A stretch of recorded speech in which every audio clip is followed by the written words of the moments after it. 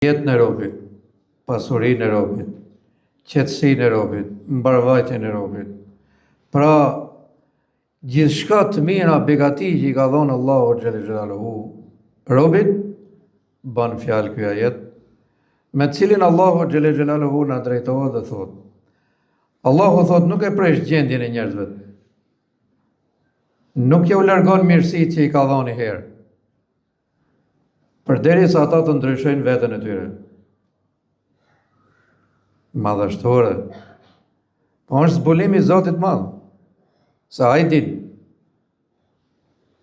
Çelësi i jetës, çelësi i kësaj bote është Kur'ani, libri i Zotit. Sepse është fjala e Allahut, kelamullah. Nëse bota nuk e kuptojnë këtë gjë, nuk ka hajër. Sa pash do të shkojnë, të umet njëri me tjetrin, me luftra, me punë të këqija, nëse nuk kuptojnë që çelësi është tek Allahu xhallal xhelaluhu.